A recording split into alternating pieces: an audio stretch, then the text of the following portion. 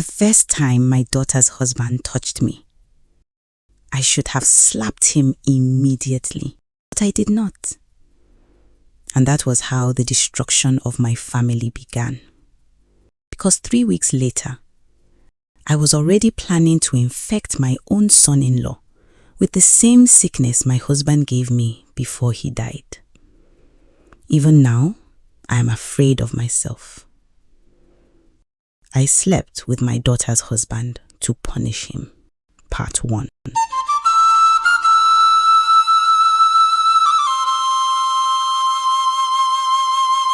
If somebody had told me that one day I would hide a terrible secret from my own daughter because of her husband, I would have cursed that person. Because my daughter, Jean, was my entire life. After her father died, it was just the two of us for many years.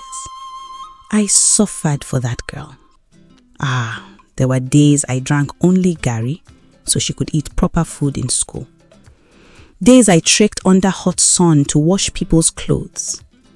Days I cried quietly at night so she would not hear. So when she finally married a rich banker like Tunde, I thanked God. At least my daughter would not suffer the way I suffered. That was what I believed. Until the evening, everything changed.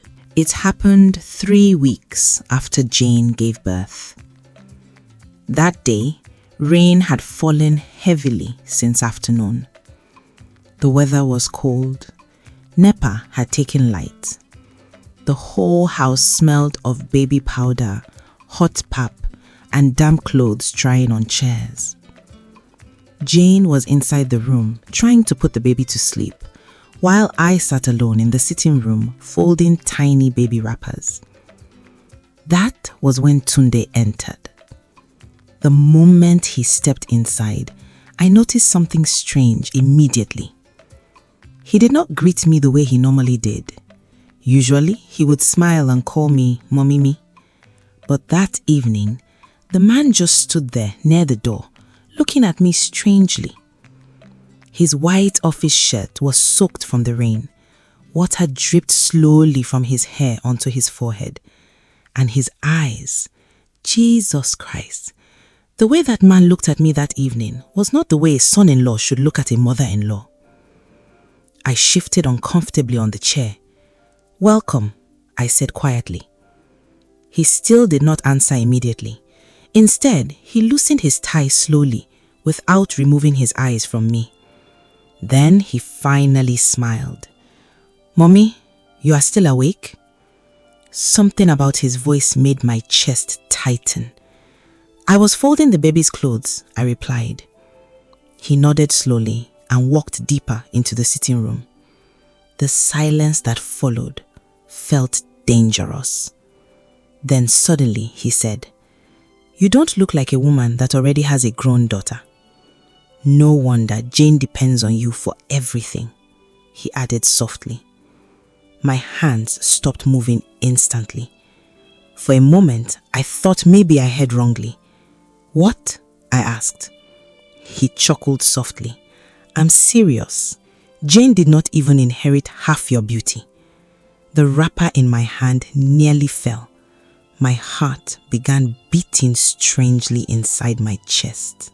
At 53 years old, it had been many years since any man looked at me that way. Many years since anybody spoke to me like I was still a woman.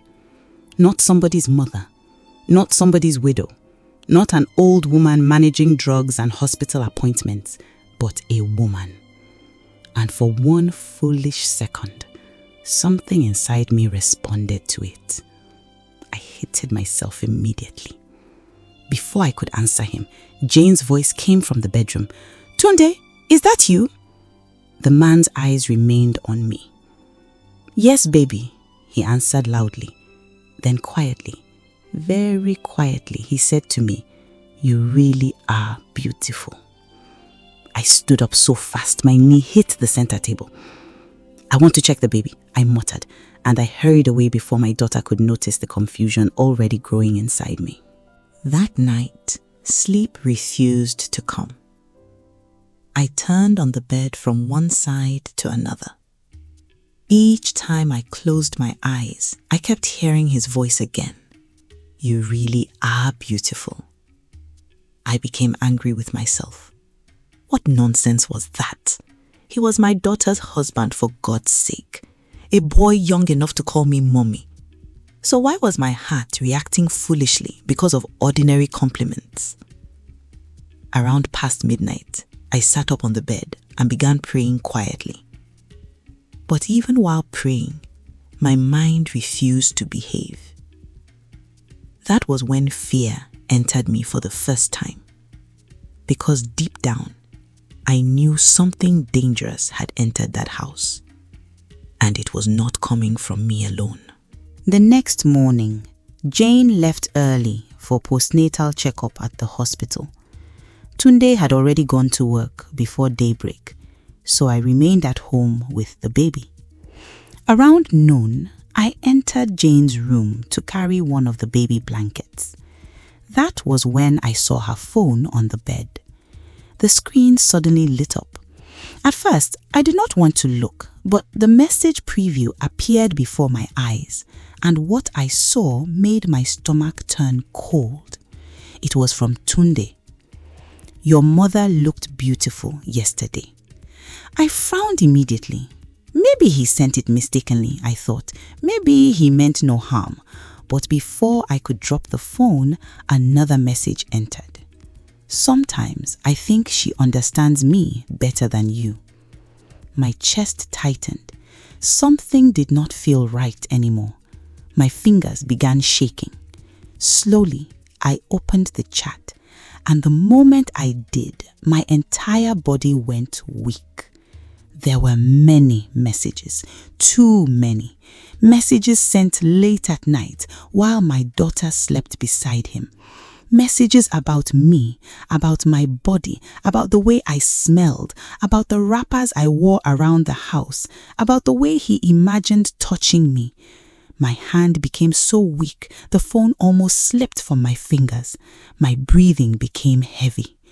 Then I saw the last message he sent before leaving for work, and that was the message that destroyed something inside me completely. Older women know how to treat a man properly. I sat down slowly on the bed because my legs could no longer carry me. At that moment, anger entered my body like fire. Not just anger, memory, pain, hatred. Because suddenly, I remembered my late husband. The same sweet mouth, the same cheating habits, the same shameless behavior that eventually destroyed my life. That man slept around until he brought sickness home to me. A sickness I had hidden from everybody for 5 years. Even Jane did not know. Nobody knew. I carried the secret alone. And now, another useless man wanted to destroy my daughter's life the same way her father destroyed mine. Tears gathered in my eyes immediately. But they were not tears of weakness. No. What entered my heart that afternoon was much darker than that. Because as I sat there holding Jane's phone, a terrible thought entered my mind. A thought so wicked that even now I still cannot believe I entertained it. What if I gave Tunde the same sickness my husband gave me? What if that was the punishment men like him truly deserved? But almost immediately, another frightening thought entered my mind. What if my own daughter eventually became a victim too? What if I destroyed the same child I was trying to protect? I suddenly remembered the way Jane smiled that morning while carrying her baby. Innocent, trusting, completely unaware that darkness had already entered her home. That thought should have stopped me immediately. It should have killed the idea before it could grow. But hatred is a dangerous thing. Once it enters the heart completely, even evil can begin to look reasonable. At first, I rebuked the idea immediately. But the more I remembered those disgusting messages, the stronger the idea became. And before evening reached, I had already started planning something that would destroy all of us forever. To be continued.